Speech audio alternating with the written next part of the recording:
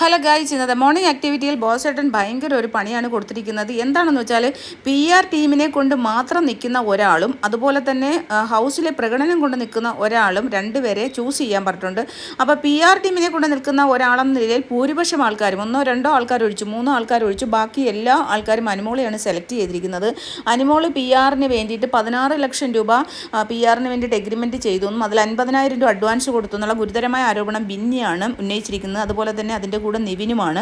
PR ഇല്ലാതെ വന്നത് ഭൂരിപക്ഷം നിവിൻ്റെയും അതുപോലെ തന്നെ അനീഷിൻ്റെയും പേരാണ് പറഞ്ഞത്. രണ്ടുപേരും PR ഇല്ലാതെ വന്നിരിക്കുന്ന ആൾക്കാരാണ്. അല്ല, PR വർക്ക് ചെയ്യേണ്ട ആൾക്കാരല്ല. അനീഷ് ഒരു കോമണർ ആയതുകൊണ്ട് തന്നെ PRൻ്റെ ഒരു സംഭവം പുള്ളിക്കില്ല എന്നുള്ളത് പലരും പറഞ്ഞിട്ടുണ്ട്. പിന്നെ കൂടുതലും ആൾക്കാർ രണ്ടുപേരെയും ചേർത്ത് പറയാൻ പറ്റാത്തതുകൊണ്ട് നിവിൻ്റെ പേര് ചൂസ് ചെയ്യുന്ന പല ആൾക്കാരും അവിടെ ഉണ്ടായിരുന്നു. സാബു മാൻ അങ്ങനെയൊക്കെയുള്ള ആൾക്കാർ, ലക്ഷ്മി, പിന്നെ ഷാനവാസ്, അതുപോലെ തന്നെ അനുമോളൊക്കെ അനീഷിൻ്റെ പേരാണ് പറഞ്ഞത്.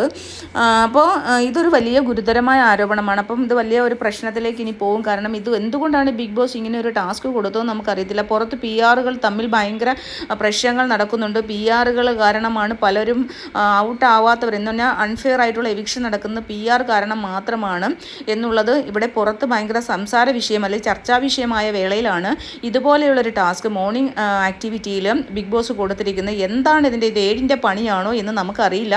എന്ത് തന്നെയായാലും അനുമോൾ പല പ്രാവശ്യം PR എന്ന് പറയുന്നുണ്ടായിരുന്നു. പക്ഷേ അനുമോളിന് PRൻ്റെ ഒരു ആവശ്യകത ഉണ്ടെന്ന് എനിക്ക് തോന്നിയിട്ടില്ല കേട്ടോ. കാരണം അനുമോൾക്ക് നല്ല ഫോളോവേഴ്സ് അല്ലെങ്കിൽ അനുമോളെ സ്നേഹിക്കുന്ന ഒരുപാട് ആൾക്കാർ ഇവിടെ പുറത്തുണ്ട്. അപ്പോൾ അതുകൊണ്ട് തന്നെ അനുമോൾ എന്തിനാണ് PR എന്നുള്ള പേര് പറയുന്നത്, അവിടെ എന്തിനാണ് അങ്ങനെയുള്ളൊരു കാര്യങ്ങൾ സംസാരിക്കുന്നത് എനിക്ക് മനസ്സിലാവുന്നില്ല. കാരണം അനുമോൾ ഈ ആദില നൂറയോടൊക്കെ ഒരുപാട് കാര്യങ്ങൾ ഇതേ കണക്ക് ആവശ്യമില്ലാത്ത കാര്യങ്ങൾ ഡിസ്കസ് ചെയ്യുന്നുണ്ട്. ആദില നൂറയൊക്കെ അനുമോൾ ഭയങ്കരമായിട്ട് വിശ്വസിക്കുന്നതിൻ്റെ ഒരു കുഴപ്പമാണത്. ആദില നൂറയെ സംബന്ധിച്ചുള്ള അവർക്ക് അനുമോളോട് കൂട്ടുകൂടി നിൽക്കുന്നതിന് അവർക്ക് അവിടെ നിന്ന് പോകാനുള്ള ഒരു കാര്യത്തിന് വേണ്ടിയിട്ടാണെന്ന് അനുമോൾക്കത് മനസ്സിലാവുന്നില്ലയോ എന്തോ. എന്തായാലും കാരണം നൂറ ആദിലയോട് വന്ന് പറയുന്നതും ആദില നൂറയോട് വന്ന് പറയുന്നതുമല്ല, തിരിച്ച് അവർ ഒറ്റയ്ക്കായിട്ട് പോയിട്ട് അനുമോളോട് പറയുന്നത്. അപ്പോൾ ഇതിപ്പോൾ ഈ ഒരു മോർണിംഗ് ആക്ടിവിറ്റി കഴിഞ്ഞിട്ട് ഞാൻ കണ്ടതാണ്.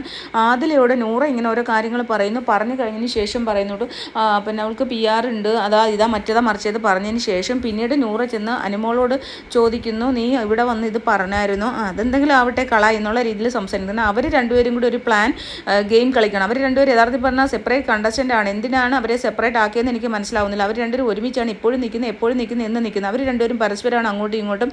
ക്യാപ്റ്റൻസി വന്നാലും PR ഇല്ലെന്ന് പറഞ്ഞ് വന്നാലും നല്ലത് പറയാൻ പറഞ്ഞാലും അവർ രണ്ടുപേരും അങ്ങോട്ടും ഇങ്ങോട്ടുമാണ് പറയുന്നത്.